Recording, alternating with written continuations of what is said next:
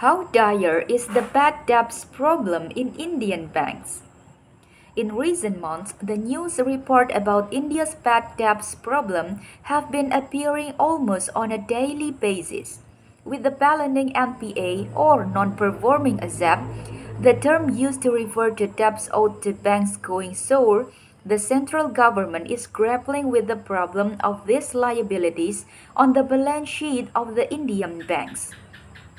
While the problem affects the public sector banks more, even the privately owned and managed banks such as ICICI have been reporting a surge in their liabilities.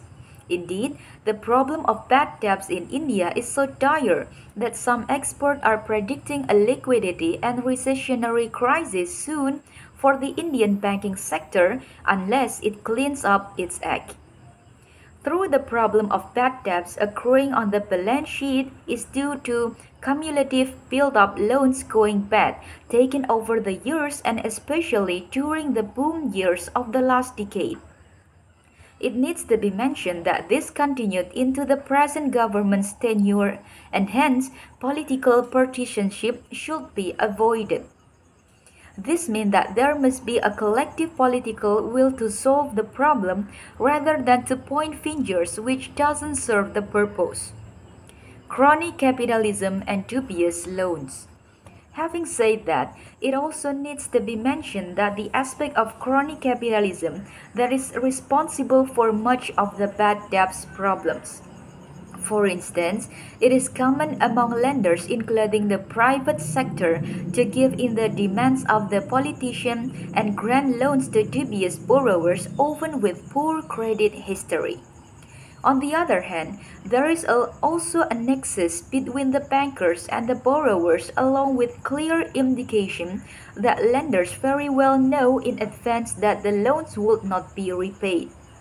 In addition, the fact that Indian corporates often borrow more money to repay the debts incurred earlier means that unless there is firmness and resolute will in tackling the problem, it is simply going to be a case of kicking the can down the road.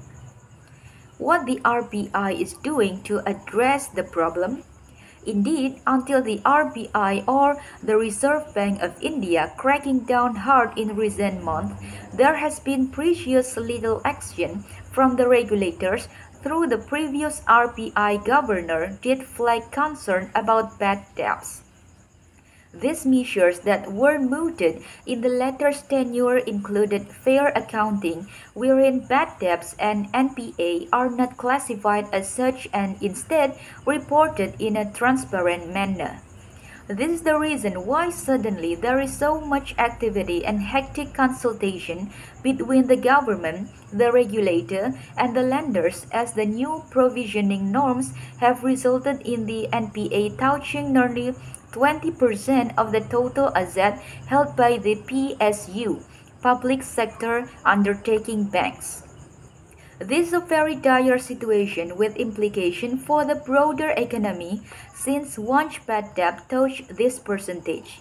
It almost guaranteed that a full-blown banking crisis is round the corner.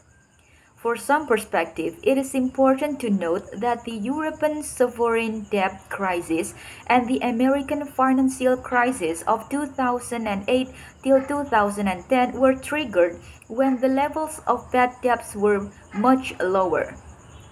What the Indian government is doing? While we cannot say that the government has not acted, it could have done so earlier. This is evident from the fact that the bad debts accumulated over the years were simply being rolled over without any resolution, and it is only now that the government and the RBI is taking them seriously.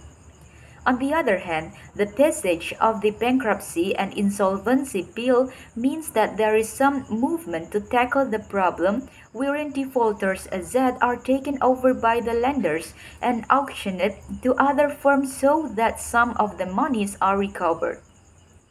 Moreover, the fact remains that unless there is urgency in such measures, the present state of recovery would not improve as can be seen from the tedious litigation that this process is now stuck in. Thus, all stakeholders must come together here, and there must be some public pressure as well to prevent a run on the banks. Thank you.